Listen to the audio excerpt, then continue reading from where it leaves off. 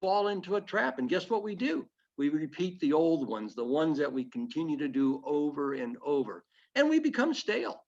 So we previously talked about this downward spiral and how it affects our thinking. And, we're now going to talk about the self-talk. And as we all know, self-talk, what it does, it gives us a picture, or it gives us an image. And human beings we all know that they're teleological. We all seek images. We seek pictures. As an example, we were talking about eating in the last half hour or whatever it was. Some of us, maybe it's 8 o'clock here and I haven't eaten yet and I'm getting hungry, and I can picture this 16-ounce steak that I'm going to put on a grill in a few minutes. I think, maybe not, I don't know, but anyways, I just picture this. We all have goals, and goals are essential to life. And when we all have a new goal, it releases energy inside of us. And Beth talked about it a little bit earlier, relative to the comfort zone, and how we take on this new goal, and it just gives us energy. So where we need to seek a new future, we need to seek new pictures, a need for new goals. And then those goals are going to allow us to set the future. And certainly Mindy talked a lot about that in her presentation. So in setting these future goals, we need to think positive. We need to think happy. We need to think good thoughts. And certainly, we're going to talk a little bit about that in the next few slides here. So let's talk about beliefs. The beliefs are how our beliefs are formed. One's self-talk continues in our conversation all the time, 24/7, 365. We talked about earlier about sleeping, and the self-thoughts are there when we wake up. The self-thoughts are there when we go to bed. The self-thoughts are 365 days of the year, 7 days a week, 24 hours a day. So these thoughts then continue to become our beliefs. Words trigger pictures in our mind, which triggers emotion, which forms one belief and the world around us. Let me repeat that.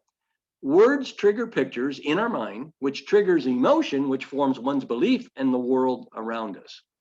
So we can choose to reject what we hear from others around us, but that's our choice. Another word for self-talk is affirmation. Affirmations can be negative. I can't do that. I never will be good at that, et cetera, et cetera. We need to continually reflect the negative and develop or replace with the positive. I can overcome adversity. I am good, et cetera, et cetera. So let's now talk more about the beliefs and the self-talk. So let's delve further into self-talk. All of us self-regulate at our belief level. If one's belief level is here at the floor and one's potential is up here at the ceiling, it doesn't matter about the potential. It does matter about his or her belief, excuse me. Once you can control your belief, I'm good, people enjoy being around me, et cetera, et cetera, I do not need to accept what's around me if it's not true. You need to be positive and constructive. Your self-talk, as we all know, affects your mood throughout the day, your perception. And we all know if we hang around negative people, destructive people, it affects our self-talk. So what we need to do is somehow, some way, get ourselves out of that and get away from what's wrong with them and immerse in them what's right with them. And that power of positive thinking is just that. From the very start of waking up in the morning, and we just talked about, waking up in the morning, and not Ryan, I forgot his name, but anyways, telling him to, what is it that you enjoyed today, and what is it that you're looking for to tomorrow? That's hopefully it's going to be a very positive. So the first thing he wakes up, and I can't wait to go to the playground, or I can't wait to go. So it's a very positive thought, and he starts his day in a very positive way. So we need to ponder how blessed each and every one of us is to have another day and to make this place a better world. Terry put out a couple of weeks ago, and I thought that was fantastic. Everybody sending the picture of what makes you, gives you feeling of positivity or makes you feel good or however it may be. And that's the same thing here. We wake up and our goal should be to make the place a better world, this world a better place, and certainly with dignity and respect. So it all starts here. It all starts inside, and it's the belief aspect that gets us going. Okay, let's talk about building a stronger me. Self-esteem. Self-esteem is the value that we place on our school skills and our abilities, which in turn establishes our abilities. So as we raise our self-esteem, our self-image, our lives get better. Our dreams and our goals, and we talked a lot about goals today, get bigger. And we know we have the ability. You draw to yourself what you feel worthy of receiving. Let me repeat that. You draw to yourself what you feel you are worthy of receiving. So in setting these goals, set them big. We talked about that. I forgot who it was that presented. They need to be audacious. They need to be big. And certainly we're going to be intimidated. And we talked about that in the comfort zone presentation. But you will grow bigger than what was bigger than you before. And it's okay, as we talked about, to be afraid. It's okay. It's just a matter of, again, designing and building that inner self, a way or means of developing new schools. I think about, Hope was talking about her business that she, at one time, that was a dream, a vision. It was probably an audacious goal that she had for herself. It probably threw her out of order, like all of us who have these audacious goals, and it throws us out of order. And that's okay. But again, I'm going to refer back to the inside. As long as the inside has order, things are going to be fine. And start with that attitude that you have as much aptitude and you will meet with success, no question. Abdi or somebody referred to, failure. Maybe it was Mindy, I think. It's okay to trip. It's okay to make mistakes. It's okay to fall. That's how we learn. But as Abdi said, don't make it over and over and over again, because that certainly is not what we want to do. You take corrective action, you learn from your mistakes, and you move on. So, the self-esteem is a very, very important aspect. Okay, let me move now into the future, my present tense. Your present tense, your present thoughts determine your future. Once again, your present thoughts determine where you're going to go, your future. Now, there are 4 levels of self-talk that we all have. You'll see here the negative resignation. And those are the people that say, I can't do that. There's no way. I mean, I know we've all met people like that I just can't. They just refuse to change. They just are the same. And that's okay if that's what they want to do. But it totally shuts down the system.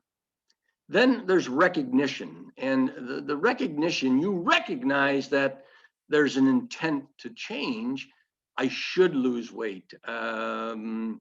Words like you ought to and are used. And if you will or you ought, it's not going to make for the change because it's not a real commitment.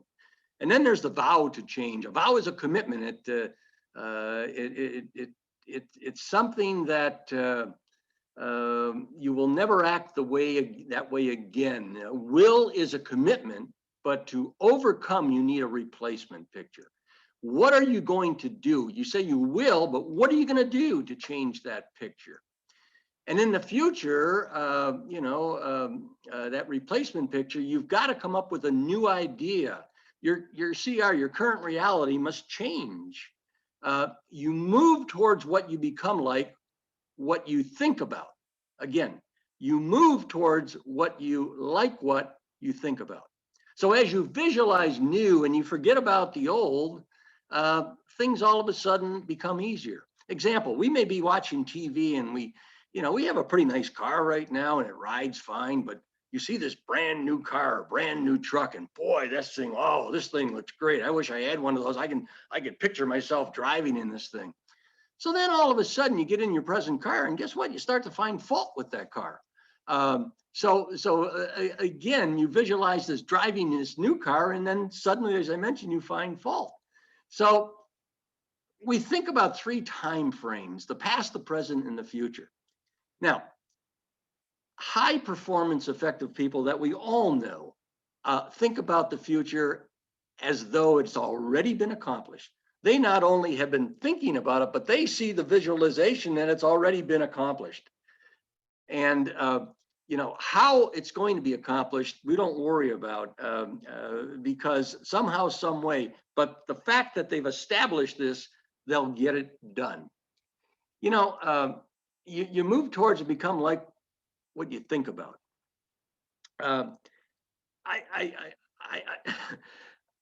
Picture our grandsons, your daughters, your sons, or whatever, and we're in an open field, and they're riding the bike for the first time. So they're on that bike, and there's a huge boulder, just like where that Jeep was. Now there's a boulder in the middle of this field.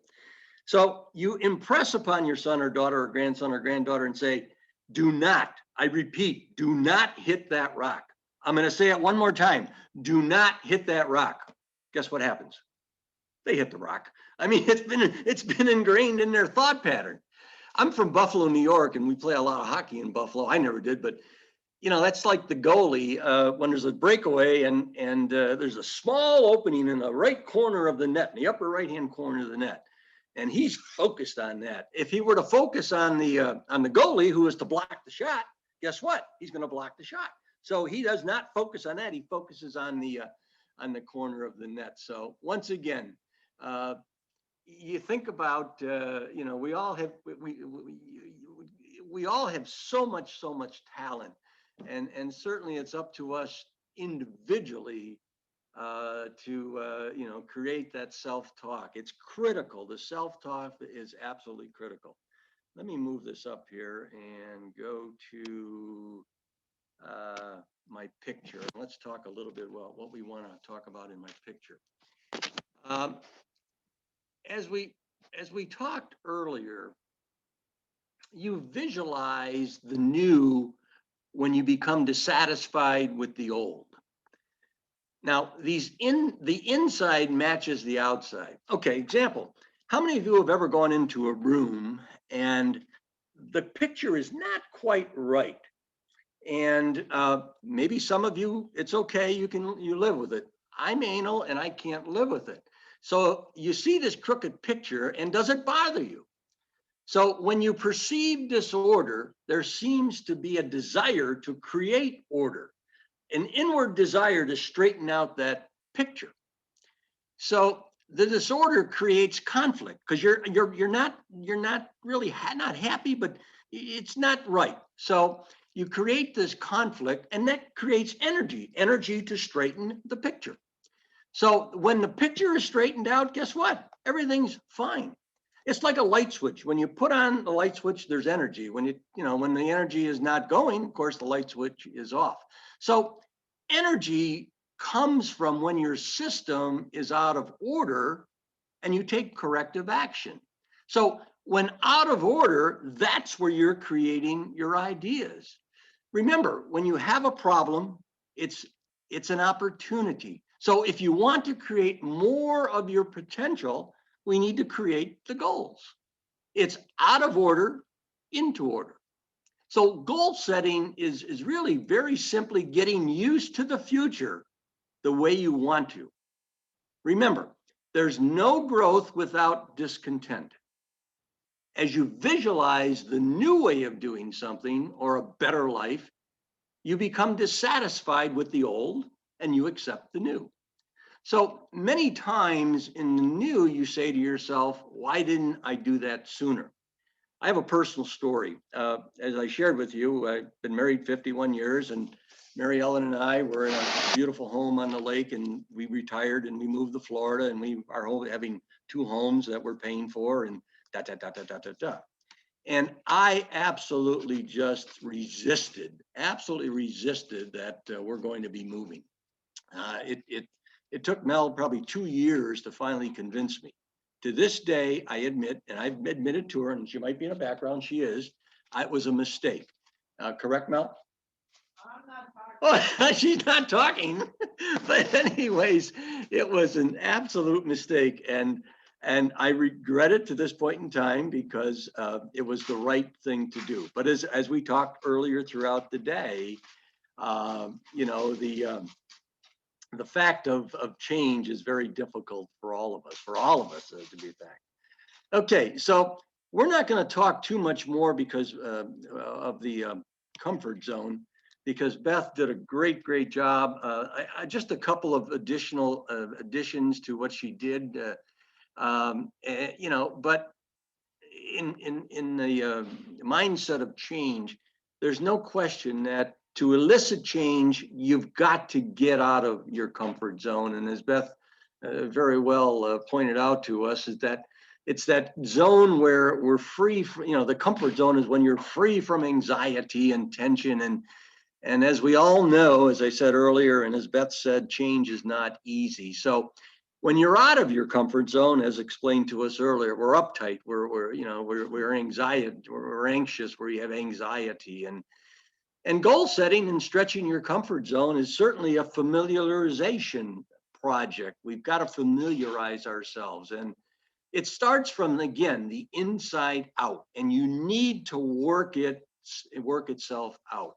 You need to imagine yourself safely in the next step, in the safe zone. You can't force the situation. And it needs to be practice and practice and practice. Worst case scenario is that you trip, you fall, and you get defeated and you give up. It's got to be done in a practical, realistic situation. Again, going back to Buffalo, we did a lot of hockey skating and things of this nature, and one of our friends did go to the Olympics, and he was 4 years old. And when he was 4 years old, he pictured himself on the podium, the Olympic podium, wherever it was going to be, Russia, China, wherever. And he pictured himself with the medal. He had a picture in his bedroom of the gold medal on his chest. And he had that for years and years and years. Unfortunately, there was a change, and when the collegiate could no longer, well, the collegiates were no longer allowed to be in the Olympics because it became professional. It was unfortunate, but that's neither here nor there. But he pictured that. That was a mindset. You know, so again, you know, sometimes when we're going to be talking to prospective game changers in jobs, et cetera, they've just got to say, you know, maybe they lost their job, but they've got to have this picture of themselves in this new job, or this picture of getting promoted and sitting in this seat. But pictures trigger action, no question. So it takes practice. You have to expand your mind, and you have to safely place yourself in that mindset, yourself into that mindset. Now, we're going to talk a little bit about affirmations, or maybe we're going to do it. Let me see, I'm going to do it now or later. I'm going to do it in a little bit, I guess. No, I'm going to do it now.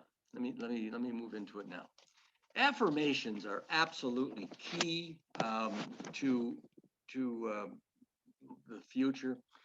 Affirmations and visualizations are absolutely key to the success. As I mentioned earlier, you don't need to know how, but you've got to set the goal. And once you set the goal, you'll figure it out. Somehow, some way, you'll get it figured out. Let's talk a little bit about affirmations. They're not end results. They are really the means to the end of the end result. And affirmations are simply one-sentence statements that holds one accountable for the attainment of a goal. Now, affirmations need to be, let me get that up here. I'm sorry, I didn't have it up here.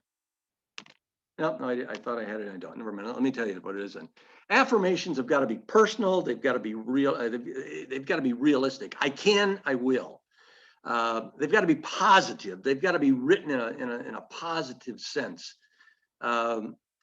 You cannot say not I can or I will, but I have or I am. And they've got to have action words. I easily can. I aggressively can. And they have to express emotion. What makes me proud? They've got to be realistic, and they got to be confidential. Such as, I want to lose weight in a month of 30 pounds. Well, if you go out there and tell somebody that you want to lose weight, then it becomes a forced action. And you don't want it to become a forced action. You want it to become a natural action, something that your self inward has said, we're going to do this and keep it confidentially. So as an example of an affirmation, I thrive on my daily exercises because I feel healthy. I thrive on my daily exercises because I feel healthy. Thrive denotes action. Daily denotes accurate. Realistic, healthy. Strong denotes emotion. So some people have daily affirmations. Some have weekly affirmations. Some have monthly affirmations. It depends on the individual. And as a daily affirmation, you could say, I start each day with a positive anticipation that something really good is going to happen to me. And this allows you to focus on the good. And for instance, I have an affirmation here that I've used. You can't see it. I wish I would have, but it's a 3x5 card I have on my desk. I live my life daily to the fullest in a positive fashion, giving back to make this world and society a better place. And I focus on this. And it's a reminder of what it is that I want to do, or potentially it could be a goal. So it's a written affirmation. It's a written commitment that you make to yourself. And it just works. But again, I put them on 3x5 cards, and it's visible to me throughout the day. And it reminds me what my goals, as I mentioned, and what I've committed to do, and the change that I'm looking for. So, I encourage you to, if you and many of you, I'm sure, probably do this, but in my opinion, affirmations will get you to that goal. Now, as far as the choices are mine, as one transforms to the positive, it's critical you place yourself in a want to, like to, love it basis. Remember, you make the choice, not others. And it's this mindset of you to versus you have to. Again, it's the mindset of you want to versus you have to. Hopefully, many of these concepts will assist each of you and every one of you in some form or fashion of your life, be it your personal life, be it your professional life. And I've used it throughout my career in both personal and professional, and it works. So I certainly wish all of you the best. And what I'd like to do now is, Abdi, is move us into the breakout session. Unfortunately, I don't have that. I'm just going to read these to you if I could. And I've got several questions, and I think we'll only take maybe two. So if you could maybe scratch these down, I would appreciate it. But I've got to find them. Here they are. Okay, the first one will be this. Based on what I want, what adjustments do I need to do to make my self-talk and my image in order to be more successful? I'll repeat it. Based on what I want, what adjustments do I need to make on my self-talk and my image in order to be more successful? And then the second one, we'll just do two. List one or two things that are difficult for me that I overcame. And how did I get through them? And dwell how strong and resilient it made me. Once again, one or two things that are difficult for me that I overcame, and how did I get through them? And dwell or talk about how strong and resilient it made you. Okay.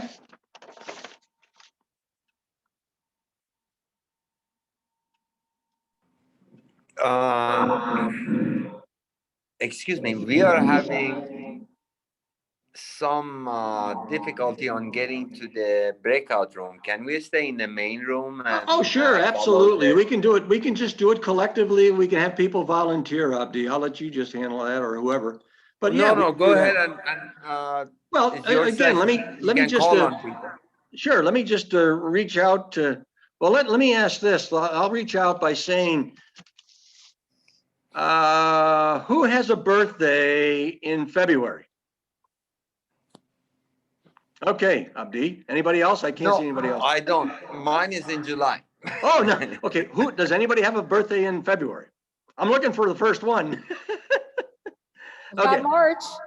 Okay, there we go. All right. Okay, Joy. Hope you're up. Well, I So wanted based to on, say, thank you, go- Ken, for just that. take Yeah. take the first one, if you will. Okay, but I wanted to say something first, if I may. Sure, absolutely. You know, I think this is so important, and a lot of times, I'm sure we all probably know this, but like for students to show that, to teach them about this, that there's actually a center in our brain called the reticular activating center that you know, like the real estate market in the 70s and 80s kind of stole this whole positive affirmation thing, but it's based on this center that we have in our brain, the same thing that like why we look at a movie one way and then we watch it again, we see something else. Or the affirmations, when you say them every day, they say it only takes 30 days to say them every day, and it actually reroutes the synapses, much like, you know, when you see psychologists doing tapping for trauma, and it repatterns the synapses and the pathways in the brain. So you actually, like that 12% of brain that we use every day, when you do the affirmations, you're actually expanding how much brain wattage, and you're literally like changing the filter in a old camera. You're changing like the aperture from like being narrow, which is why people who are traumatized or depressed can only see negatively or only see very dismally things in their life. That like it only takes 30 days of saying those things to reroute those synapses, to open up the apertures in people's brains. So those affirmations actually have a very scientific reason for why sometimes people call it neuro-linguistic reprogramming, but why it actually works if you have the discipline to do it, because we are like magnets, right? We attract what we put out there. That's basic karma, you know, whatever somebody wants to believe in. But so okay, based on what do I need to do to be more, I need to be more disciplined. I'm a very disciplined person in general. I never have anything that goes over a due date or anything. But since my kid's been home, I have lacked the same amount of discipline of like every day, 8 a.m. at the computer, you know, till 4 or 5 every day. I have lacked that discipline. And maybe it's called adaptation for now. It's temporary adaptation. But I need to work on being more flexible and more because of this lesson. I have learned I need to be more flexible and adaptable. So those are things I'm working on. Super. Anybody, Abdi, you want to take a shot or no? Anybody else want to take a shot? I'd be happy to. Well, I do believe in positivity, and I think it is the you know the thing that it's natural with us, and I think when we see positive people, we're attracted to them. It is easy to fall into a trap. I find myself that if I am tired, if I am, you know, stressed and angry, or, you know, in my case, hungry, I need to do something to address my condition. And the sooner I can deal with that, I can then become happier being. And you know, I have ways to catch myself and find ways to turn that around. But I do believe in attitude is altitude, and the better you think of yourself, the higher you're going to go. Get back on. Anybody want to take a shot at something that, potentially that was difficult for you that you overcame? And then how did you get through that? If you want to share that with the group. And if anybody wants to share that with the group. No? Okay. I guess I'll get a little personal here. It's all right. Well, I guess last year, both my parents passed away. So that was a little bit tough. I did, I guess, to deal with it from a personal standpoint, I went back to New York to try to help my dad deal with it initially. And then I guess I ended up going to some counseling for emotional dysregulation. That's what they say. And then I did go back to temple. Kind of my dad asked me to go back towards some temple stuff and this and that. So I did meet a rabbi that gave me some connections to some programs that I went through. And so that was how I kind of dealt with that. And then I kind of recognized, everything happens for a purpose. Nobody lives forever.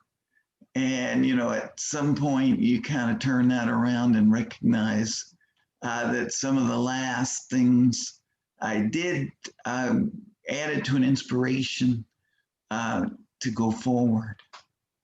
So that's kind of how that looked. That was wonderful. Thank you for sharing that, Ed. Thank you. Powerful. And they're in a better place. Yeah. Yeah, Ed, I really appreciate that. I lost my mom about 3 years ago, and I was raised as, she was a single mother, and I'm Jewish. And so culturally we were, enmeshed. That's what they call it in the psychological world, but it's just, a Jewish mother and daughter. Yeah. If anybody knows anything about the culture, it's not pathological. It's just how we are as families. But losing her was tremendously, she had pancreatic cancer, stage 4, but she lived 2 years like that. And I told my board, I was still the CEO, do you want me to resign? Because I'm not going to miss an appointment of hers. And they were like, no. They thought it would only be like 6 months, which is what we all thought. No, don't resign. So I kept going, and I kept going with what I was doing and accreditation and all of that.